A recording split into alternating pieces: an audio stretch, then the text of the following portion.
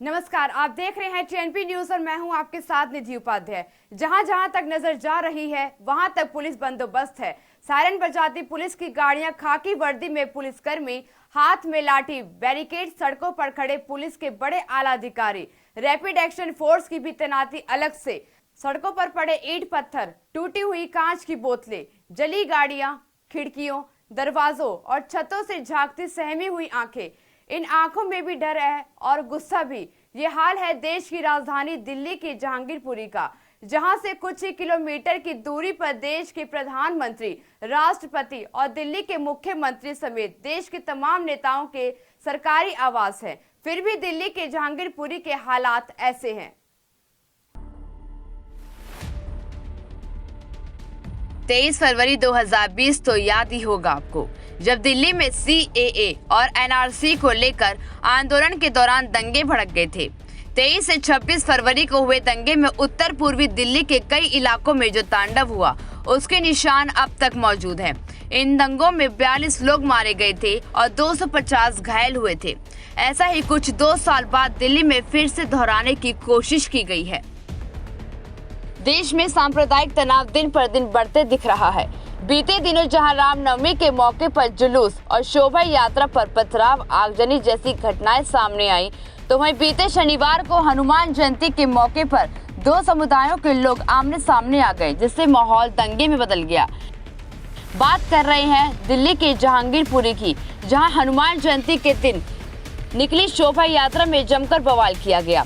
शोभा यात्रा को निशाना बनाकर ईंट पत्थर चलाए गए। उपद्रवी भीड़ ने पुलिस को भी नहीं बख्शा। इस घटना में 6 पुलिसकर्मियों समेत कुल 7 लोग घायल हो गए हैं।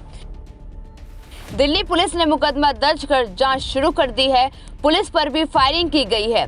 एक पुलिसकर्मी फायरिंग में घायल भी हुआ है। स्थानीय लोगों की माने तो 6 राउंड फायरिंग हुई थी। जहांगीरपुरी के जिस इलाके में शोभा यात्रा के दौरान शाम को उपद्रव हुआ, उस इलाके से सुबह में शोभा यात्रा शांतिपूर्ण तरीके से निकली थी। शाम 5:40 पर शोभा यात्रा निकाले जाने के दौरान उपद्रव की शुरुआत हुई। झड़प की शुरुआत मस्जिद से ठीक पहले हुई। हिंसा के दौरान उपद्रवियों ने कई गाड़ियों को नुकसान पहुंचाते हुए आग के हवाले कर दिया। लोग सड़कों पर इधर उधर भागते दिखाई दिए। पत्थरबाजी करने वाली भीड़ के हाथों में डंडे और तलवार भी दिखाई दिए। पुलिस FIR की माने, जब शोभा यात्रा जहांगीरपुरी केसी ब्लॉक में जामा मस्जिद के पास पहुंची, तो अंसार नाम का एक आदमी अपने 4 से 5 साथियों के साथ पहुंचा और शोभा यात्रा में शामिल लोगों से बहस करने लगा। इसके बाद ही विवाद बढ़ गया और पत्थरबाजी शुरू हो गई। उत्तर पश्चिमी जिले का जहांगीरपुरी इलाका बेहद सघन और मिश्रित आबादी वाला है। यहाँ बड़ी संख्या में बांग्लादेशी रहते हैं। जहांगीरपुरी हिंसा मामले में गृह मंत्रालय भी एक्शन में है। सूत्रों की माने तो जहांगीरपुरी हिंसा मामले में 5 और CRPF की अतिरिक्त कंपनियों को तैनात किया गया है।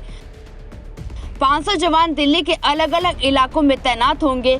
आसपास के इलाकों में सुरक्षा व्यवस्था में CRPF दिल्ली पुलिस का सहयोग करेगी। 2 RAF की कंपनी शनिवार को ही लॉ एंड ऑर्डर मेंटेन करने के लिए तैनात की गई थी।